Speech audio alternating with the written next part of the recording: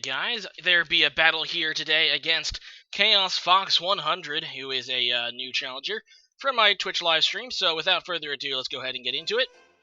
And there you can see our teams. This is just an OU match, as you can see, but I'm going to use some other Pokemon, including Salamence, which is a Pokemon that I feel is a little underrated this generation. It's dropped to UU, and I remember when it was considered stronger than Dragonite.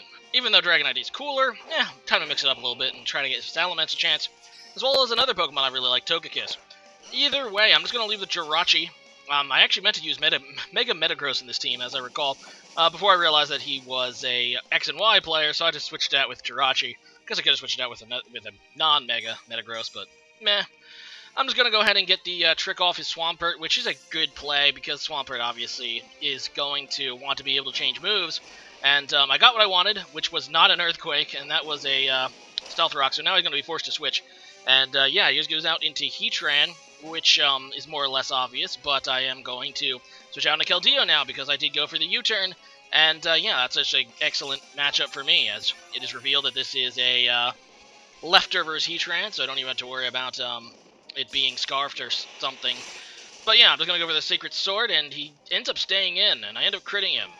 Actually, I mean, bulky Heatran is powerful, but I don't think it would have survived anyway. I might have to, I haven't read a damage calc, but if it did matter, I'm sorry. So he's going to go into Charizard, which is obviously a Pokemon that's going to Mega Evolve. I'm actually just going to stay in and hit him with a Hydro Pump, pretty much my strongest move. I didn't want to get this thing like a free setup, you know? Which is basically what I was trying to do. I figured he was probably just going to Dragon Dance and there was a Charizard X. I just wanted to make him pay for it. And yeah, he does have a Dragon Dance up now. I'm going to switch out. No, I don't think he's going to risk. Obviously, you know, he's not going to risk going for the Dragon Dance. He might either Roost here or just attack me. And he does end up attacking me, which was great for me because I go out into Togekiss, who is immune. And yeah, I kind of wanted to see what he had to kill Togekiss with, and he ends up having Flare Blitz, which will obliterate Togekiss. But it is going to be able to take down his Charizard due to the recoil, so good job, Togekiss. You did something, I think. I guess not really, but kind of. So I go into Weavile now. Oh, sure, he goes into Weavile, not me. As I go into Keldeo, this was a double switch due to the dual KO, and this is one that I am perfectly fine with. He's actually going to stay in a Night Slash, not really sure why, considering I resist it, but it actually does do some decent damage. I get Justified, which is actually pointless because, yeah, while Sacred Sword does do physical damage, I am using my special attack stat. And, yeah, it's going to hang on with its Focus Sash, which is a nuisance, and that means he's going to get off another hit. I guess that's his strongest move, is Night Slash against me, but it did actually wither down my Keldeo, especially after my Life Orb hits, so my Keldeo is really weak right now, but still kind of questionable for him to keep it in against Keldeo and keep hitting me with ineffective moves. So he goes into Mamoswine now, obviously just to go for the Ice Shard. I can't switch out, though, because of Stealth Rocks will just kill me when I come to try to switch back in, so he's going to be able to kill Keldeo, but Keldeo did work. So, yeah, we've now seen that this is a Life Orb Swine, and I just go out into Jirachi again, mainly because I want to hit this thing with Iron Head. But he is going to switch out, not wanting that to happen. He goes right back into Swampert, which is a good plan because it resists the Iron Head, and obviously he can threaten me with ground moves that I really don't want to get hit by. And yeah, that's just not good. So, I'm just going to try to switch. I think I just switch. I could have U-turned probably, because I probably would have still been faster, but I just don't want to risk it with the Scarf involved. So I'll just go into Salamence now, and that's when I realized that this is not... I'm so used to Gyarados and Salamence as having Intimidate. I keep forgetting that there's another ability they have. It doesn't really matter. I was actually trying to dodge the Earthquake, but he ends up just going for the Scald, and of course he gets the Burn, so that pretty much ruins my Dragon Dance Salamence. So I'm just going to go for an Outrage, I guess, just to get damage. Yeah, there's not really much point, but I'm like, screw it, I'll just get some damage with Outrage. I do survive another turn and able to get off a second Outrage, so at the very least I crippled this Swampert, and he's still actually doing some pretty decent damage considering the burn. But yeah, I am now confused due to fatigue, and I'm going to die, so rip Salamence, you tried. So both of the Pokemon that I kind of brought try to, you know, use an OU even though they're not OU. Togekiss and Salamence, both of them didn't really do much.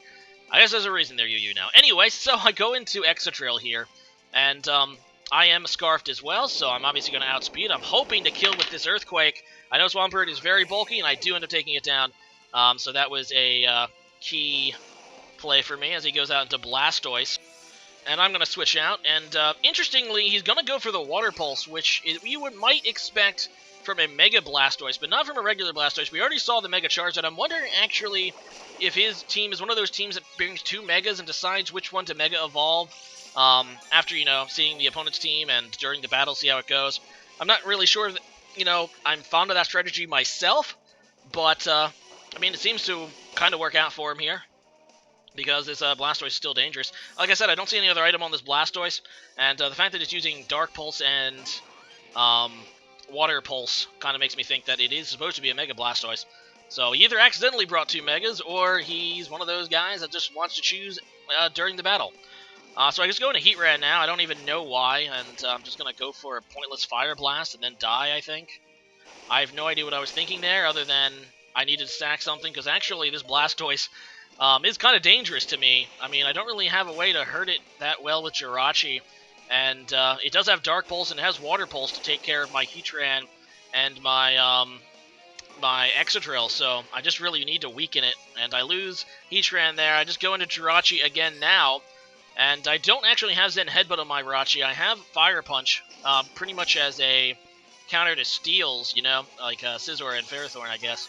But, yeah, I don't actually have a way to even hit this Blastoise neutrally, so I'm just kind of hoping to get some Iron Head flinches, and I get one, and then I get another to take it out. So that's pretty crucial for me, as his last Pokemon is Swine, and I feel pretty confident, even if I don't get the flinch with my Iron Head, which is 60%, by the way, due to Serene Grace. I know that I should be able to kill this thing with my last Pokemon, Excadrill, with an Iron Head of his own, since I am Scarfed and stuff, but I do get the flinch, so I can end it right here. So, yeah, that's a good game there. chaosfox100. Kind of fun, interesting team. And today's question of the day is this. So, if you were to make a new HM move, what would it be? Now, think about HM moves. They're not supposed to be useful in battle, typically. They're supposed to actually, usually prevent progress, make sure you have to get a gym first. But in recent generations, I believe in Gen 5 especially, most of the HMs were actually, optional. You can, which I think kind of opens the door to, utility HMs, which would be kind of neat. So yeah, just come up with an idea for an HM move. Now, there's a lot of water HM, so I don't want to go there. I kind of have 2 ideas for 2. One is melt attack, so like a fire type HM that could melt iron or something. Kind of actually, or just melt rocks or something, acceptable things or plants. I don't even know. It could be cool. Would make sense for Hawaii too. And the other one that I was thinking of is kind of like a haste, which would probably in battle probably would act just like agility, but it would make your character run faster, which would be a cool utility HM. Oh yeah, there's one more, and that's freeze, which I think would freeze objects, letting you walk on them like water, or maybe even lava. That would be actually kind of cool for Hawaii. Anyway, leave a comment about that, and see you guys again next time.